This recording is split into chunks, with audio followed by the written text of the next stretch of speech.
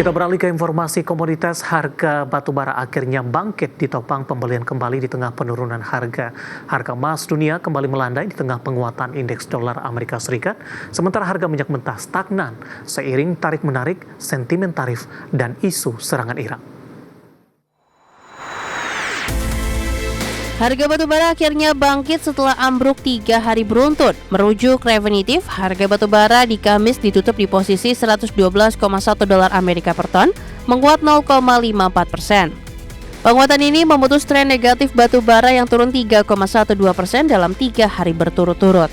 Penguatan batubara ditopang margin buying setelah melemah serta didukung laporan Shanghai Metal Market menyatakan, sejak Juli suhu tinggi telah melanda sebagian besar wilayah China, mendorong konsumsi listrik ke rekor tertinggi.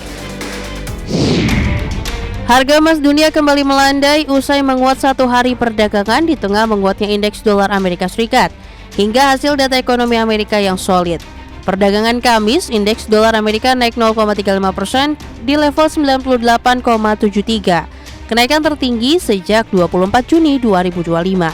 Di perdagangan Kamis, harga emas dunia melemah 0,23% di level 3.338,58 dolar Amerika per troy ounce. Di perdagangan Jumat pagi, harga emas dunia di pasar spot menguat tipis 0,08% di posisi 3.341,12 dolar Amerika per troy ounce. Harga minyak mentah bergerak tipis di Jumat pagi waktu Asia di tengah tarik-menarik sentimen serangan drone di Irak Utara dan ketidakpastian kebijakan tarif Amerika Serikat. Dikutip dari Refinitiv, pukul 10.05 waktu Indonesia Barat, minyak Brent kontrak September di 69,50 dolar Amerika per barrel. Nyaris tak berubah dibanding penutupan sebelumnya di 69,52 dolar Amerika per barrel. Sementara WTI Amerika Serikat melemah tipis ke 67,48 dolar Amerika per barrel dari sebelumnya di 67,54 dolar Amerika per barrel. Berbagai sumber, IDX Channel. Dan seperti apa update terkini pergerakan harga sejumlah komoditas yang berhasil dihimpun oleh tim redaksi kami sampai dengan sore hari ini waktu Indonesia Barat. Dapat Anda saksikan grafis di layar televisi Anda pemirsa, di mana minyak WTI menguat di 0,55% di level 67,91 dolar Amerika per barrel. Nikel menguat di 0,23% di level 15.115 dolar Amerika per metric ton. Emas juga menguat di 0,17% di level 3.350 dolar Amerika per troy ounce. Sementara CPO menguat cukup signifikan di 2,34% di level 4.311 ringgit Malaysia per tonnya. Dan selanjutnya mari kita coba simak beberapa sentimen yang berkembang yang berhasil dihimpun oleh tim redaksi kami dan diproyeksikan akan mempengaruhi pergerakan indeks harga saham gabungan, baik dari domestik maupun internasional, dan informasinya apa saja. Mari kita simak tayangan berikut ini. Pengajuan tunjangan pengangguran Amerika Serikat turun selama 5 pekan berturut-turut ke level terendah sejak pertengahan April, menunjukkan pasar tenaga kerja tangguh. Data Departemen Tenaga Kerja yang dirilis menunjukkan klaim tunjangan pengangguran pertama kali turun 7.000 menjadi 221 di pekan yang berakhir 12 Juli. Perkiraan median dalam survei Bloomberg terhadap para ekonom memperkirakan 233.000 aplikasi pengajuan. Untuk klaim berkelanjutan, indikator jumlah penerima tunjangan sedikit berubah menjadi 1,96 juta di pekan sebelumnya.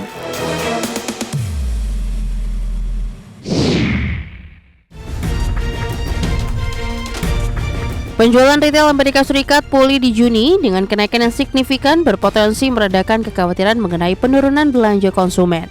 Data Departemen Perdagangan setempat menunjukkan nilai pembelian retail yang tidak disesuaikan dengan inflasi naik 0,6% setelah turun di 2 bulan sebelumnya. Angka ini melampaui hampir semua estimasi dalam survei Bloomberg terhadap para ekonom. Penjualan tidak termasuk mobil meningkat 0,5%. 10 dari 13 kategori mencatatkan kenaikan, dengan penjualan kendaraan bermotor naik setelah 2 bulan berturut-turut mengalami penurunan.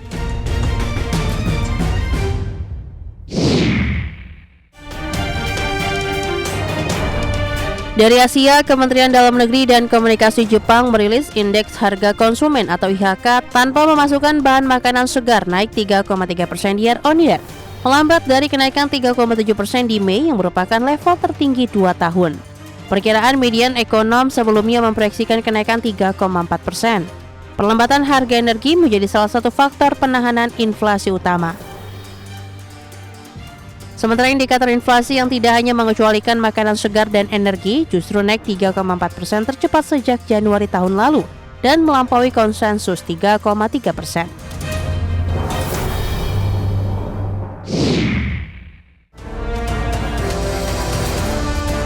Dari dalam negeri, Bank Indonesia melaporkan aktivitas industri pengolahan atau manufaktur masih ekspansif di kuartal 2 2025 namun melambat. BI merilis PROM Manufacturing Index atau PMI sebesar 50,89% di kuartal 2 2025. Laju ekspansi tersebut melambat karena di kuartal 1 2025 berada di 51,67%. Raihan ini juga menjadi yang terendah sejak kuartal 1 2023 dan terlemah dalam lebih dari 2 tahun terakhir. Berdasarkan komponen pembentuk, mayoritas komponen berada pada fase ekspansi atau volume produksi, volume persediaan barang jadi, dan volume total pesanan. Berbagai sumber, IDEX Channel. Dan mengawali perjumpaan pemirsa, saya akan sampaikan update pergerakan indeks harga saham gabungan di 30 menit jelang penutupan perdagangan di sesi kedua hari ini.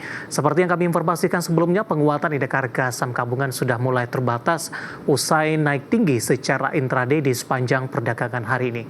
Saat ini indeks harga saham gabungan menguat di 0,60% dan bergerak di level 7.330,860, di mana secara intraday di sepanjang perdagangan hari ini indeks harga saham gabungan sempat menembus kembali di atas level 7.400-an, tepatnya di 7.401,579. Dibuka di sesi pertama pada pagi tadi di 7.346,037. Level terendah hari ini masih bergerak di zona hijau, sempat menyentuh di 7.327,422.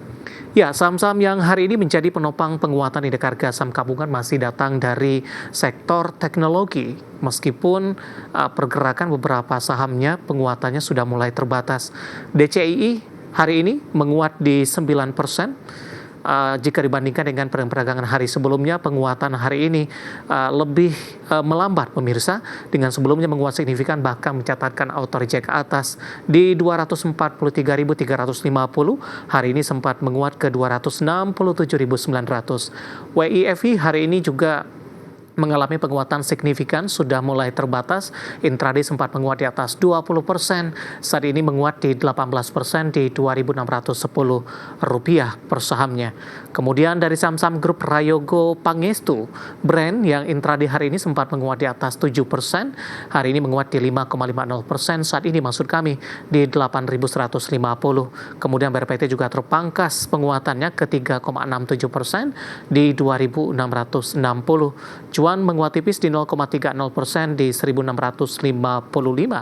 Sementara untuk SSIA ada kaitan dengan konglomerasi juga menguat 7% terbatas setelah intraday menguat di atas 8% hari ini di 2.840.